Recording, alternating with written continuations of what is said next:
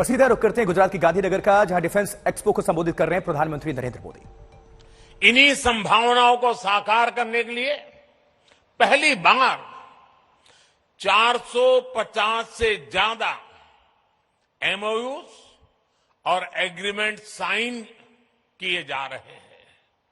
साथियों, ये आयोजन हम काफी समय पहले करना चाहते थे। गुजरात के लोगों तो भली भांति पता भी है, कुछ परिस्थितियों के कारण हमें समय बदलना पड़ा, उसके कारण थोड़ा विलंब भी हुआ। जो विदेशों से मेहमान आने थे उनको असुविधा भी हुई, लेकिन देश के अब तक के सबसे बड़े डिफेंस एक्सपो ने एक नए भविष्य का सशक्त आरंभ कर दिया है। मैं जानता हूं कि इससे कुछ देशों को असुविधा भी हुई, लेकिन बड़ी संख्या में विभिन्न देश सकारात्मक सोच के साथ हमारे साथ आए हैं। साथियों, मुझे खुशी है कि भारत जब भविष्य के इन अवसरों को आकार दे रहा है, तो भारत के 53 अफ्रीकन मित्र देश कंधे से कंधा मिलाकर हमारे साथ खड़े हैं।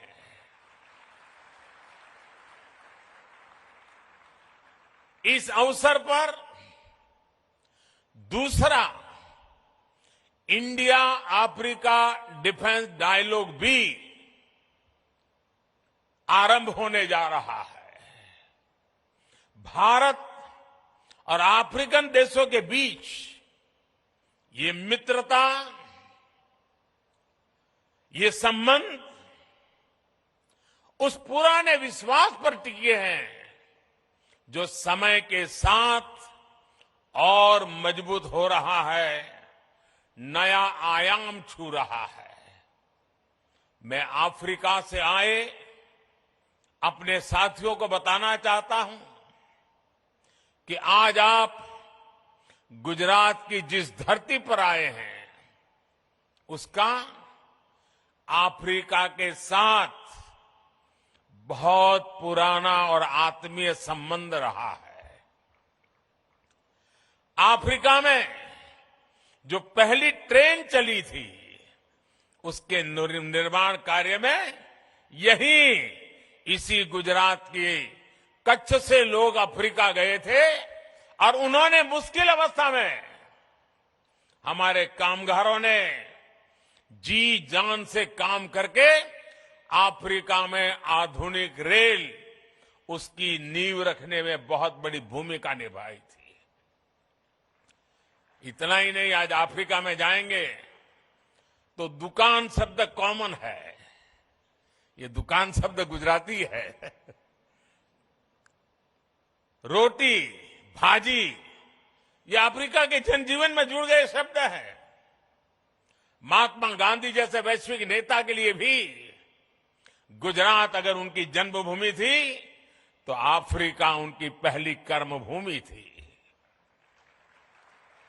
अफ्रीका के प्रति आत्मीयता और ये अपनापन आज भी भारत की विदेश नीति के केंद्र में है। कोरोना काल में जब वैक्सीन को लेकर पूरी दुनिया चिंता में थी, तब भारत ने हमारे अफ्रीकन मित्र देशों को प्राथमिकता देते हुए वैक्सीन पहुंचाई। हमने हर जरूरत के समय दवाइयों से लेकर पीस मिशन तक अफ्रीका के साथ कंधे से कंधा मिलाकर चलने का प्रयास किया है। अब रक्षा क्षेत्र में हमारे बीच का सहयोग और समन्वय इन संबंधों को नई ऊंचाई देंगे। साथियों, इस आयोजन का एक महत्वपूर्ण आयाम इंडियन ओशन रीजन प्लस की डिफेंस मिनिस्टर्स कॉन्क्लेव भी है। इसमें हमारे 46 मित्र देश हिस्सा ले रहे हैं। आज अंतर्राष्ट्रीय सुरक्षा से लेकर वैश्विक व्यापार तक मैरीटाइम सिक्योरिटी एक ग्लोबल प्राथमिकता बनकर उभरा है।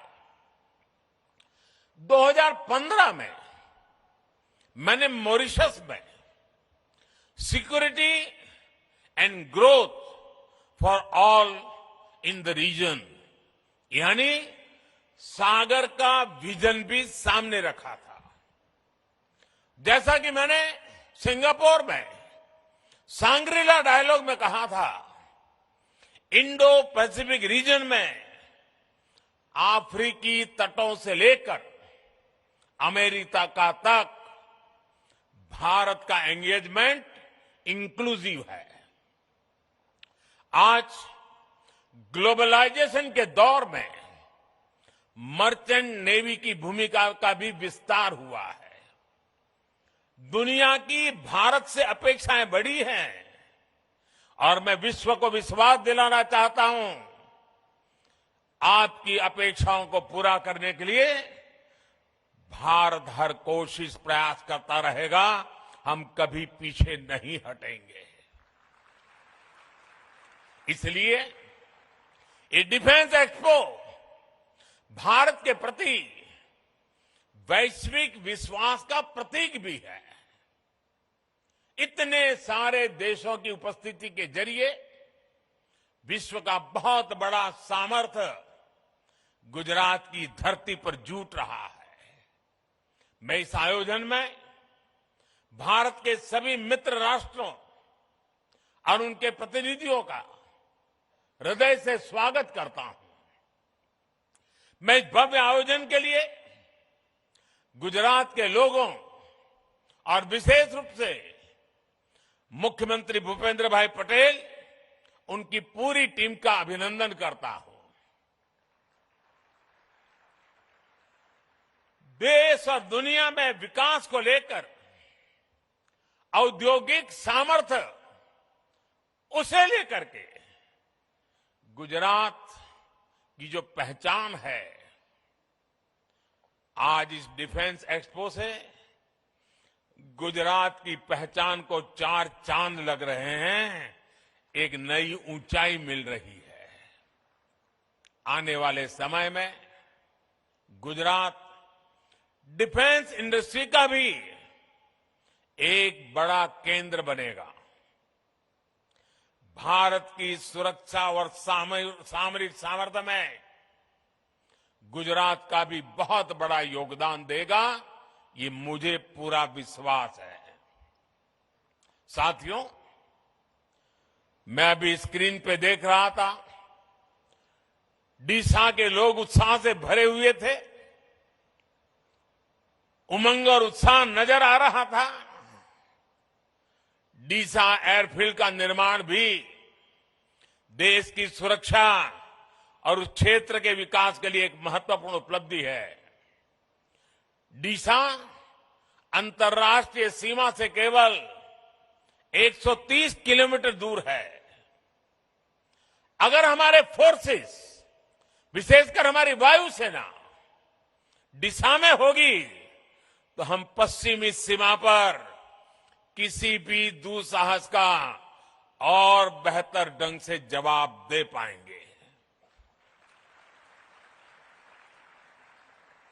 डीसाना भाइयों बहनों, તમને હું ગાંધીનગરથી અનેક અભિનંદન પાઠવું છું। હવે તો ડીસા વાસણનો બનાસકાંઠા પાટણ જિલ્લાનો સિતારો ચમકી રહ્યો છે। इस एयरफील्ड के लिए गुजरात की ओर से साल 2000 में ही डीसा के ये जमीन दी गई थी। जब यहां मैं मुख्यमंत्री था तो मैं लगातार इसके निर्माण कार्य के लिए प्रयास करता था। तत्कालीन केंद्र सरकार को उस समय जो सरकार थी उनको बार बार मैं समझा रहा था इसका महत्व क्या है। इतनी सारी जमीन दे दी, लेकिन 14 साल तक कुछ नहीं हुआ। और फाइलें भी ऐसी बना दी गई थी, ऐसे सवालिया निशान डाले गए थे कि मुझे वहां पहुंचने के बाद भी सही तरीके से सही चीजों को प्रस्थापित करने में भी टाइम गया। सरकार आने के बाद हमने डीसा में ऑपरेशनल बेस बनाने का फैसला लिया और हमारी सेनाओं की अपेक्षा आज पूरी हो रही है। मेरे डिफेंस के साथी जो भी चीफ ऑफ डिफेंस साहब बने, हर किसी ने मुझे हमेशा इस बात की याद दिलाई थी और आज चौधरी जी के नेतृत्व में ये बात सिद्ध हो रही है। जितना अभिनंदन डीसा को है उतना ही अभिनंदन मेरे एयरफोर्स के साथियों को भी है। ये क्षेत्र अब देश की सुरक्षा का एक प्रभावी केंद्र बनेगा। जैसे बनासकांठा और पाटन, उसने अपनी एक पहचान बनाई थी। वो पहचान थी बनासकांठा पाटन गुजरात में सौर शक्ति, सोलर एनर्जी का केंद्र बनकर उभरा है। वही बनासकांठा और पाटन अब देश के लिए वायु शक्ति का भी केंद्र बनेगा। साथियों, किसी भी सशक्त राष्ट्र के लिए भविष्य में सुरक्षा के मायने क्या होंगे, स्पेस टेक्नोलॉजी इसका एक बहुत बड़ा उदाहरण है। मुझे बताया गया है कि तीनों सेनाओं द्वारा इस क्षेत्र में विभिन्न चुनौतियों की समीक्षा की गई है, पहचान की गई है। हमें इनके समाधान के लिए तेजी से काम करना होगा। मिशन डिफेंस स्पेस देश के प्राइवेट सेक्टर को भी अपने सामर्थ्य दिखाने का अवसर देगा। स्पेस में भविष्य की संभावनाओं को देखते हुए भारत को अपनी इस तैयारी को और बढ़ाना होगा। हमारी डिफेंस फोर्सेस को नए इनोवेटिव सॉल्यूशंस खोजने होंगे।